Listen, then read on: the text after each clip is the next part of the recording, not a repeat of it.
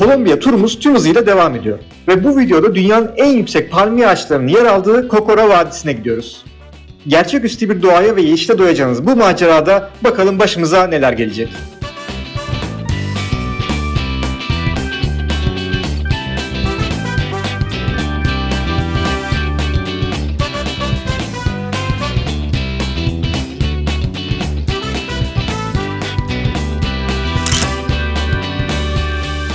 Cocora Vadisi'ne en yakın kasaba Salento. O yüzden Cocora Vadisi için önce Salento'ya gitmek gerekiyor.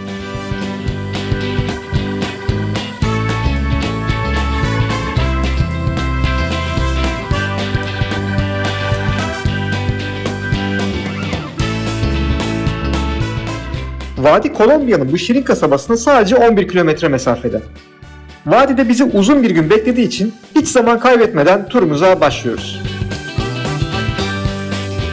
Salento'ya geldik. Şimdi planımız dünyanın en yüksek palmiye ağaçlarını görmek. Bunun için Cocora Vadisi'ne gideceğiz.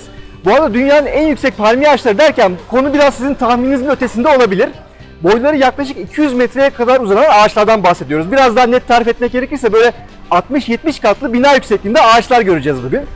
Cocora Vadisi bu arkamda görmüş olduğunuz jiplerle gidiliyor. Vili denen jiplerle gidiliyor. Aslında bunlar da maceranın bir parçası. Normalde bu 7-8 kişilik jiplere böyle 10-15 kişiyi tıkıyorlar. Tıngır mıngır böyle hoplaya zıplaya vadiye gidiyorsunuz.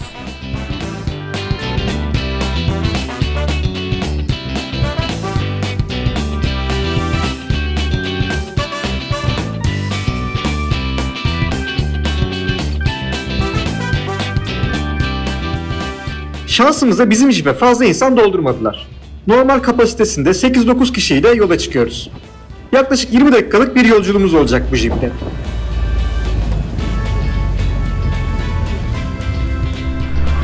Jipimizde tutunarak giden bir tip var. Hani üstelik jipte yer varken tutunarak gitmeyi tercih ediyor. Bak bak hareketler yapıyor. Bak bak.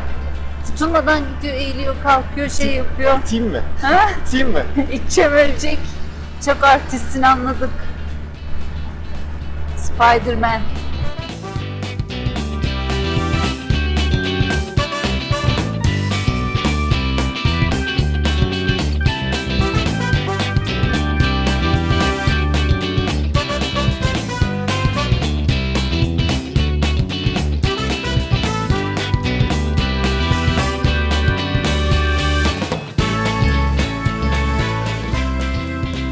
Bu Willy denilen jiplerin de aslında enteresan bir hikayesi var.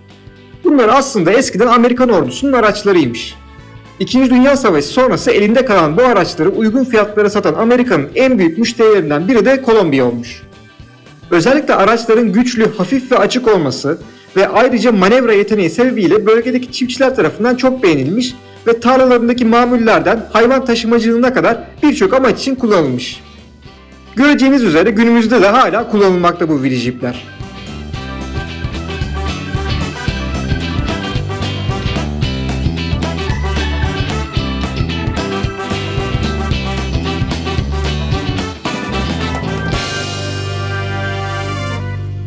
Evet, Cocora Vadisi'ne geldik. Burada o en uzun ağaçları görmek için iki farklı rota var. Öncelikle ben sadece ağaçları göreceğim diyorsanız hemen jiplerden indiğiniz yerden soldan devam ederseniz yaklaşık böyle maksimum 1 saatlik bir yürüyüşle o en uzun ağaçların olduğu, en uzun palmiye ağaçlarının olduğu yere ulaşabilirsiniz. Sonrasında aynı yoldan geri dönerek böyle 2-2,5 saatlik bir yürüyüşle turunuzu tamamlayabilirsiniz. Ama yok ben uzun rotayı yapacağım derseniz o ağaçları gördükten sonra devam edip böyle bir halka çizip başlangıç noktasında farklı bir yerden dönen başka bir yol daha var. O da 5-6 saat sürüyormuş. Biz tabii ki uzun rotayı yapacağız. Gerçi 5-6 saat diyorlar ama biz tabii orayı çek, burayı çek. Muhtemelen biz 7-8 saatte anca bitiririz. O yüzden hemen başlayalım biz.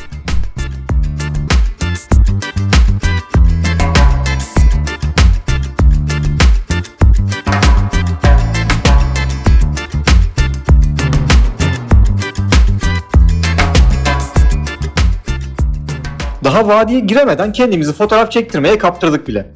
Bu hızla gidersek biz akşama kadar bitiremeyiz bu rotayı. Artık vadiye doğru yürüyüşe başlayalım.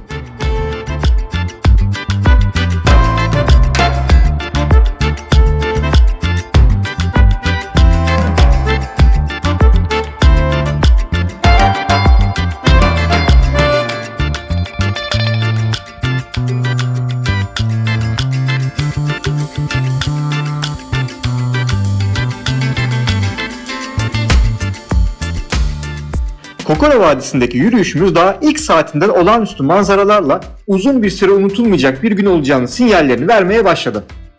Nefes kesici manzaralar karşısında kendimizi tutamıyoruz. İnsan her 50 metrede bir fotoğraf çektirir mi? Burası öyle bir yer işte.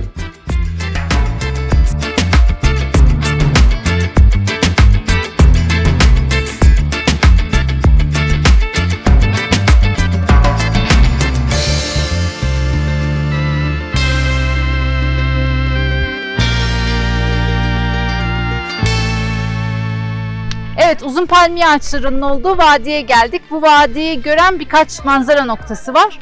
Şu an onlardan bir tanesindeyiz. Gerçi hani manzara noktası yapmalarına gerek var mı bilmiyorum. Çünkü attığımız her adımda çok güzel manzaralar bizi karşılıyor. Burası aynı zamanda kısa rotanın son noktası. Yani buradan aslında geri dönebiliyorsunuz. Bu vadiyi çepeçevre gezmiş oluyorsunuz. Ama tabii ki de biz akıllanmayız. Biz uzun rotayı yapacağız. Daha yılın 11'indeyiz yalnız. Durum vahim. Başladığımız nokta şu aşağısı, Kokora yazısının olduğu yer.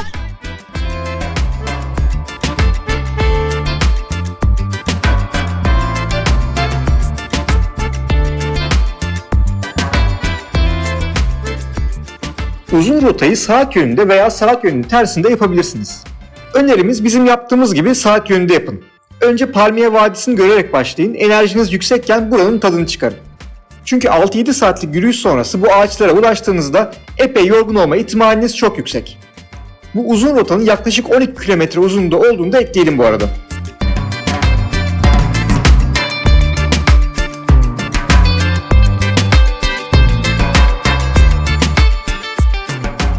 Kokora Vadisi'ne gelmek için en iyi dönem bölgede kurak sezonun yaşandığı Aralık-Mart arası veya Temmuz-Ağustos ayları diyebiliriz. Ama yine de burada hava oldukça değişkenmiş. Tahmini zor bir hava durumu varmış. Örneğin güneşli bir havada yürüyüşünüze başlayıp yükseklere çıktıkça soğuyan hava sebebiyle bir mont ihtiyacı duyup bir süre sonra da güneşin çekilip yağmurun başlamasıyla yağmurluklarınızı giyeceğiniz bir deneyim yaşayabilirsiniz burada. Her türlü hava koşuluna hazırlıklı gelmekte fayda var yani.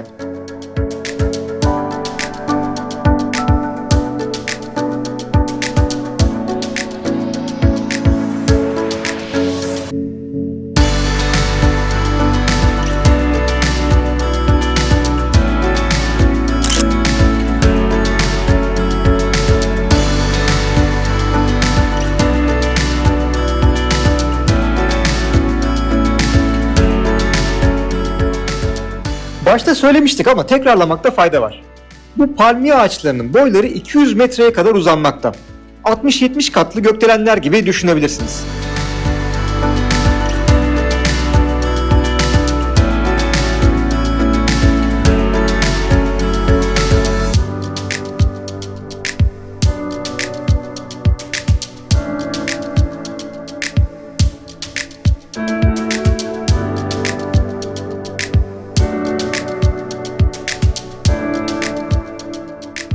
Bu seyahat bloggerları içeriklerini hangi bilgilere dayanarak üretiyorlar tam olarak anlamak mümkün değil. Hani gezmeden mi yazıyorlar yoksa hani geziyorlar, görüyorlar da sonra döndüklerinde böyle kısa süreli bir hafıza kaybı yaşayıp ona göre mi yazıyorlar bilmiyorum ama okuduğumuz kaynaklarda yürüyüş rotasının ilk 1,5 kilometresi dik tırmanış, ondan sonrası hani daha düz hatta inişli parkur falan diyordu. Bakın altını çiziyorum, 1,5 kilometre diyordu. Tam 4,5 kilometre oldu. 4,5. kilometredeki gözlem noktasına geldik ve hala tırmanıyoruz. Bakıyorum hala tırmanış var. Buradan 1,5 kilometre tırmanırsınız sonra işiniz rahat diyen seyahat bloggerlarına da selam olsun yani.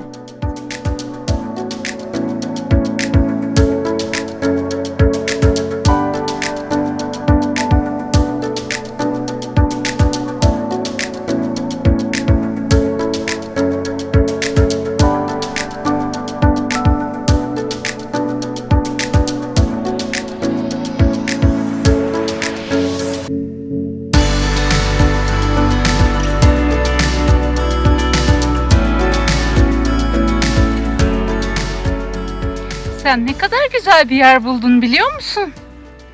Ha? Bizim Şemikler'de de İzmir'de atlar var. Onlar bir deri bir kemik yiyecek yeşillik bulamıyorlar. Ha? Sen dünyanın en güzel yerinde misin? Afiyet olsun. Kokora Vadisi boyunca yürüyeceğimiz bu rota 1800 ila 2400 metre yükseklikte bulunmakta. Biz de şu an sanırım 2400'e doğru ilerliyoruz. 5. kilometreyi de geçtik ve hala tırmanmaya devam ediyoruz. Artık böyle bulutların içine girmeye başladık. O aşağıda ilk manzara noktalarında böyle yukarıya doğru baktığımız o uzun palmiye ağaçlarına şu an aşağı doğru o bulutların altında böyle belli belirsiz görüyoruz. Neredeyse bir palmiye boyu daha kadar üzerine çıktık. Ama bakalım yol buradan hala yükselmeye devam ediyor. Allah sonumuzu hayır etsin.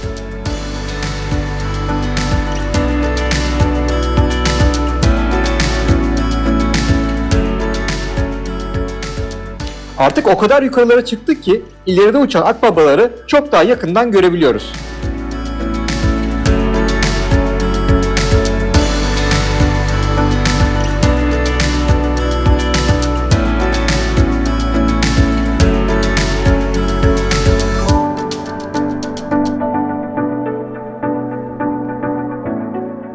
Neyse biz yine de her yükselişin bir inişi olur sözüne olan inancımızla yola devam ediyoruz. Ve işte rotamızdaki zirve noktaya ulaşıyoruz. Bundan sonrası artık iniş olacak.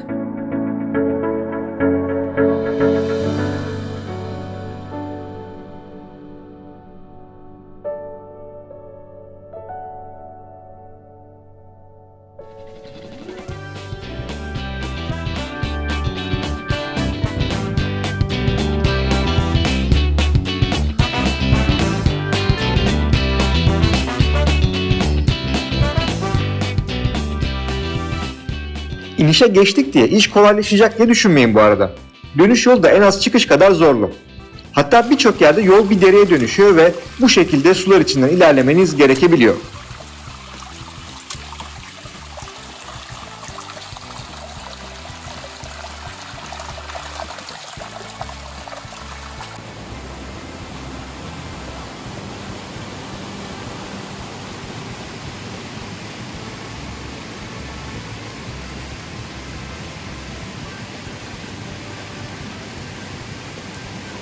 Buraya gelirken mutlaka yanınızda bir yağmur botu getirin. İşte bavulumda onca yol yanımda bot mu taşıyacağım falan demeyin sakın. Bavul yaparken Şükrü böyle birkaç defa çok direndi. Ben bunu götürmek istemiyorum falan dedi. Ama yani bugün şu yarım saatlik yerde baya bir hakkını verdik. Sözüm ona şu an kurak sezondayız bir de. Ama hani böyle yol nehire falan dönüşüyor. Kurak sezonda bile ihtiyaç duyuyoruz ki bir de yağışlı sezon olsaydı şu an böyle tropik yağmurlar olsaydı düşeceğimiz halleri siz düşünün. Botları taşıdığımıza değdi.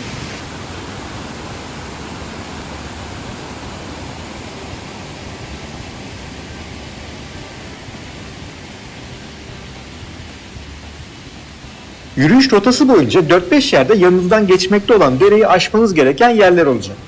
İşte buralarda da bu tarz ahşaptan asma köprüler yapmışlar. Çok sallandığı için teker teker geçmek gereken bu köprüler de Kokora Vadisi deneyiminin akıllarda kalan bir diğer önemli parçası oldu bizim için.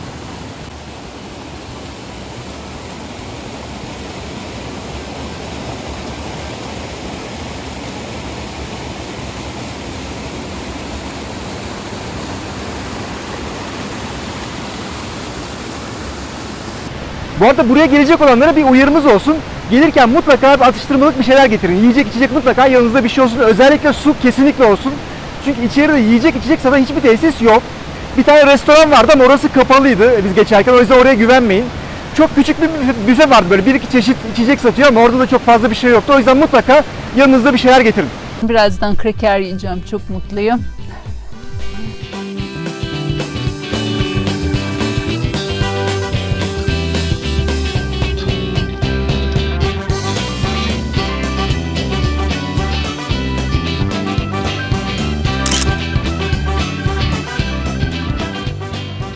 Uzun bir yürüyüş sonrası artık turumuzun sonlarına doğru yaklaşıyoruz. Saat 11'de başladığımız rotayı 6 saat sonra akşamüstü 5 gibi tamamlıyoruz. Bu videoda dünyanın en uzun palmiye ağaçlarının olduğu Kokora Vadisi'ni sizlerle birlikte gezmiş olduk. Umarız sizlere bu doğa harikası vadiyi ve çevresindeki hiking rotasını az da olsa anlatabilmişizdir. Bir sonraki videoda, bir sonraki keşifte görüşmek üzere.